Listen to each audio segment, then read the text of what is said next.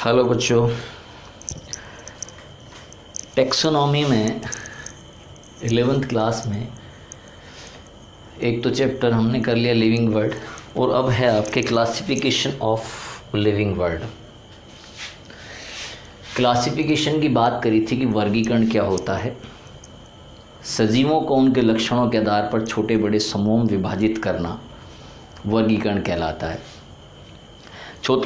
एक छोटा सा एग्जाम्पल मैं देके बता देता हूँ आपको। जैसे हमने कुछ ग्रुप्स बनाए, कुछ समूह बनाए, एम्फीबिया, रेप्टिलिया, एवीज और मैमेलिया। तो जो जल और थल दो प्रकार के आवासों में विचरण करते हैं उनको हम एम्फीबिया में रखते हैं। जो रेंगकर चलते हैं, क्रेपिंग, जिनकी त्वचा सूखी और खुरदरी होती है और कॉर्निफाइड होती है, श्रृंगीकृत होती है, उनको रेप्टिलिया में। तो हमने कुछ मैमल्स जिनमें मेमोरी ग्लैंड्स प्रेजेंट होती हैं, शरीर पर रोम पाए जाते हैं, हमने ये कुछ कैरेक्टर बेस्ड क्लासिफिकेशन किया है, या हम ये कहें कैरेक्टर बेस्ड ग्रुप्स बनाए। ठीक है, तो ये जो कैरेक्टर बेस्ड जो ग्रुप्स बनाना है ना, लक्षणों के आधार पर छोटे बड़े समूहों को बनाना, यही क्या कहलाता है? वर्गीकरण या क्लासिफिकेशन कहलाता है। अब पूरे जीव जगत में क्लासिफिकेशन की क्या महत्ता है, क्या इम्पोर्टेंस है, वो मैं आपको बता दूं।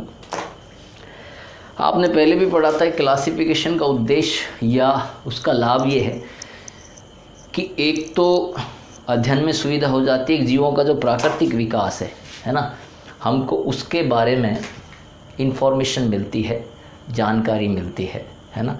जीवों के प्राकृतिक विकास से संबंधों का पता चलता है। अब जो सबसे पहला जंतुओं का क्लासिफिकेशन है, एनिमल क्लासिफिकेशन, वो फादर ऑफ टेक्सोनॉमी अरस्तु और father of modern taxonomy Carolus Linnaeus. अभी हम अरस्तु के ऊपर आते हैं। जंतुओं का जो सबसे पहला वर्गीकरण है वो अरस्तु ने दिया, on the basis of RBC, यानी कि रेड ब्लड के आधार पर। अरस्तु ने कहा कि कुछ प्राणियों का ब्लड रेड है, उनको एक समूह में रखेंगे, और कुछ प्राणियों का ब्लड रेड नहीं है, उनको हम एक समूह में रखेंगे। इन्होंने दो समूह बनाए। एक समूह को इन्होंने नाम दिया एनेमा, जिसमें रेड ब्लड नहीं था, ए फॉर एब्सेंट, है ना। एनेमा यानी उनके अंदर आरबीसी एब्सेंट थी, उनका ब्लड रेड कलर का नहीं था। एक दूसरा ग्रुप उन्होंने बनाया इनेमा, इनके अंदर आरबीसी प्रेजेंट थी, यानी कि इनका जो ब्लड था वो रेड कलर का था। तो पहले बहुत ज़्यादा साइंस के अंदर तरक्की नहीं हुई थी, इंस्ट्रूमेंट्स कम थे, तो क्लासिफिकेशन का बेस जो था वो बहुत ज़्यादा डीपली नहीं था। कुछ सरफेस एरिया से कुछ कैरेक्टर लिए जाते थे। जैसे मैंने अभी कहा कि किसी का ब्लड रेड है तो एक ग्रुप बना दिया, किसी का ब्लड रेड नहीं है तो एक दूसरा ग्रुप बना दिया, एक शाकाहारी है तो अलग समूह बना दिया, एक मांसाहारी है तो अलग समूह बना दिया। ठीक, फिर धीरे धीरे करके जैसे जैसे डेवलपमेंट होता रहा, साइंस में तरक्की होती रही, उसी हिसाब से जो क्लासिफिकेशन का बेस है वो थोड़ा डीपली हो गया। अब जो दो समूह बनाए, बाय द वे क्वेश्चन आता है कि फर्स्ट क्लासिफिकेशन जो एनिमल्स का था वो किसने दिया? तो अरस्तु ने दिया। किस बेस पे दिया? On the basis of RBC. RBC की उपस्थिति और अनुपस्थिति के आधार पर अरस्तु ने जंतुओं को दो समूह में बांटा, एनेमा और इनेमा। ठीक, ए फॉर एब्सेंट है यहाँ से, तो इनके अंदर आरबीसी एब्सेंट है। दूसरा है इनेमा, आरबीसी प्रेजेंट है ना। अब जिनमें आरबीसी प्रेजेंट है इनेमा, इनको इन्होंने वापस से दो उपसमूहों में बांटा। इन दोनों उपसमूहों के नाम थे ओविपेरस एंड विविपेरस। अब यहाँ पर जो प्राणी अंडे देने वाले हैं, फॉर एग्जांपल रेप्टिलियंस हैं, बर्ड्स हैं, ये सारे इनके अकॉर्डिंग टू अरस्तु किस में आएंगे? ओविपेरस में। और जैसे मैमल्स हैं, ये बच्चे देने वाले प्राणी हैं, ये किस में आ जाएंगे? विविपेरस में। ठीक है ना। इनमें जो नई संतति बनती है ना, वो एग के थ्रू नहीं बनती। इनमें जो डायरेक्ट जो जन्म होता है, वो बच्चे का जन्म होता है, तो ये प्राणी कहलाते हैं विविपेरस। और जो अंडे देने वाले हैं, जिनमें एम्ब्रियो का जो डेवलपमेंट है वो अंडे के अंदर होता है, परिवर्धन है वो अंडे के अंदर होता है, वो कहलाते हैं ओविपेरस, अंडे देने वाले। तो दो समूह हो गए, एक हो गया ओविपेरस और एक हो गया विविपेरस। ओके, अब इसके बाद में एक और प्रणाली दी गई, ये सभी सजीवों को साथ में रख के दी गई। ये कैरोलस लीनियस ने दी थी। इस प्रणाली को नाम दिया गया द्विजगत प्रणाली, बाई किंगडम स्कीम। ठीक, इसको कैरोलस लीनियस ने दिया। इन्होंने 2 समूह बनाए, प्लांटी और एनिमेलिया। प्लांटी के अंदर जो इन्होंने सजीव रखे, ग्रीन प्लांट्स रखे, ग्रीन ग्रासेज, या इसको मैं ये कहूँ, ये तो ग्रीन प्लांट्स में ही आ गया, सी ग्रासेज, समुद्री घासें, सी ग्रासेज, जीवाणु, बैक्टीरिया, कवक यानी फंजाई, यूनिसेलुलर कलरलेस ऑर्गेनिज्म, एक कोशिकीय रंगहीन सजीव, इनको रखा इन्होंने इसके अंदर। दोबारा बता दूँ, फर्स्ट जो इन्होंने ग्रुप बनाया प्लांटी, उसमें green plants, sea grasses, bacteria, fungi, unicellular colourless organism या लिविंग बींग्स, इन्होंने रंगहीन सजीव रखे जो एक कोशिकीय थे। दूसरा इनका समूह था एनिमेलिया। इसमें इन्होंने एक कोशिकीय और बहुकोशिकीय जंतुओं को रखा, एक कोशिकीय और बहुकोशिकीय जंतुओं को रखा। लेकिन क्या हुआ कि ये सभी प्रणालियाँ रिजेक्ट हो गई क्योंकि इनमें कुछ कमियां थी। अब यहाँ पर जो ये द्विजगत प्रणाली है, इसकी क्या क्या कमियां हैं देखें आप। यहाँ पर बैक्टीरिया प्रोकैरियोटिक है, फंजाई यूकैरियोटिक है। प्रोकैरियोटिक एंड यूकैरियोटिक जीवों को एक साथ रख दिया गया इस प्रणाली में। एक तो इसकी कमी ये हो गई। आप देखें, फंजाई फोटोसिंथेसिस नहीं करता और ग्रीन प्लांट्स जो हैं ये फोटोसिंथेसिस करते हैं, यानी कि प्रकाश संश्लेषण की क्रिया करते हैं। तो एक तो फोटोसिंथेटिक एंड नॉन फोटोसिंथेटिक, प्रकाश संश्लेषी और अप्रकाश संश्लेषी दोनों जीवों को इसके अंदर एक साथ रख दिया गया। ये भी एक इस पद्धति की या इस प्रणाली की कमी थी। ठीक, अब इसके बाद में त्रिजगत प्रणाली, इसको हैकल ने दिया।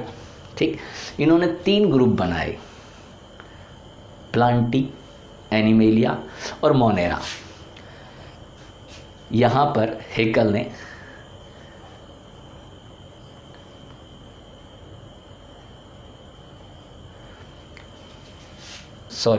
प्रोटिस्टा, प्लांटी और एनिमेलिया, 3 समूह बनाए, प्रोटिस्टा, प्लांटी और एनिमेलिया।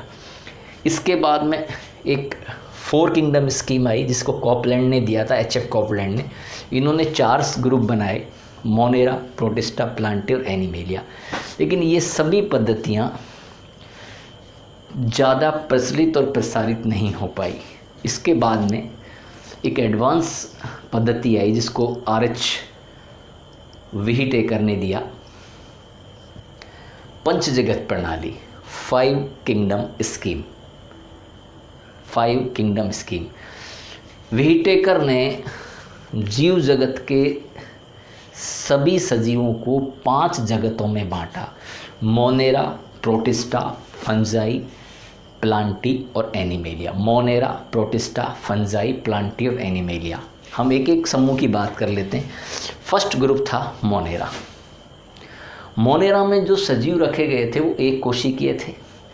वो जो एक कोशिका थी वो प्रोकैरियोटिक थी और माइक्रोस्कोपिक थी, सूक्ष्मदर्शिक थी। तो 3 इंपॉर्टेंट कैरेक्टर हो गए, माइक्रोस्कोपिक हो गया, यूनिसेलुलर हो गया यानी कि एक कोशिकीय हो गया, और एक इसके अंदर हो गया सेल प्रोकैरियोटिक है। तो इसके एग्जाम्पल्स मैं आपको बता दूं, बैक्टीरिया, माइकोप्लाज्मा जो दुनिया का सबसे छोटा जीव है, इसके बारे में हम पहले पढ़ चुके हैं, और नीले हरे शैवाल यानी कि ब्लू ग्रीन एल्गी, ये इस ग्रुप के अंदर रखी गई। इसके बाद में जो सेकंड ग्रुप बना वो था प्रोटिस्टा। प्रोटिस्टा में एक कोशिकीय या सेल चेंज हो गई, वो है तो एक ही सेल लेकिन वो प्रोकैरियोटिक नहीं है, वो कैसी है, यूकैरियोटिक है, और वही माइक्रोस्कोपिक है यानी कि यूकैरियोटिक है, ठीक है ना। कोशिका वही एक है यानी सिंगल सेल है, यूनिसेलुलर है, बट वो यूकैरियोटिक है। छोटी सेल है तो हमने कह दिया सूक्ष्मदर्शिक है, ठीक है ना। तो जैसे यूनिसेलुलर जो एल्गी हैं, एक कोशिकीय शैवाल हैं, एक कोशिकीय जो जंतु हैं जैसे अमीबा, यूग्लिना, पैरामीशियम, ये इस समूह के अंदर रखे जाते हैं प्रोटिस्टा के अंदर, ठीक है। आप एक बार अभी ये बोर्ड फिलअप हो गया, इसका स्क्रीनशॉट ले लें, है ना। इसके बाद में जो पंचजगत प्रणाली के 3 ग्रुप्स हैं है ना, अभी उनके बारे में बात करते हैं।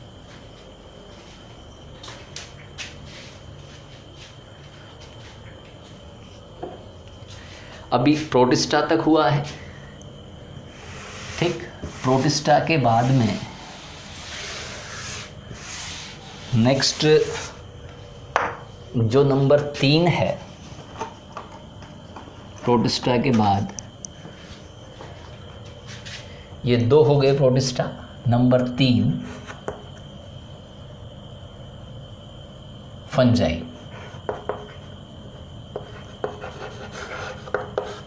ठीक। ये कवक वाला समूह हो गया।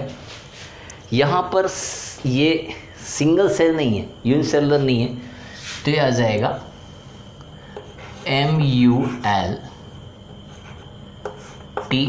MULTICELLULAR, multi cellular. एक तो ये हो गया। मल्टी सेलुलर जो सेल्स हैं वो सभी की सभी यूकैरियोटिक हैं। तो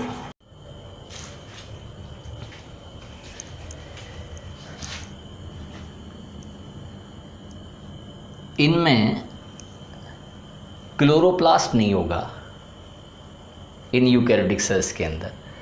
और जब ये क्लोरोप्लास्ट नहीं होगा तो स्वयंपोषी तो हो नहीं सकती, अपना भोजन खुद तो बना नहीं सकती, तो ये कैसी हो जाएंगी, ये विषमपोषी हो जाएंगी, ठीक है ना, ये हेटेरोट्रॉप्स हो जाएंगी, ठीक है ना। यानी ये प्रत्यक्ष या अप्रत्यक्ष रूप से किन जीवों पर निर्भर होगी, स्वयंपोषी जीवों के ऊपर निर्भर होगी।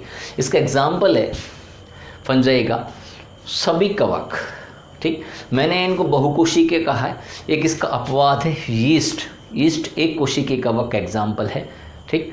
तो सभी जितने भी फंजाई हैं वो बहुकोशी की हैं, पर जो यीस्ट है जिसको बेकरी में काम में लिया जाता है, बेकरी इंडस्ट्री के अंदर, ये यूनिसेलुलर फंजाई होता है, ठीक है।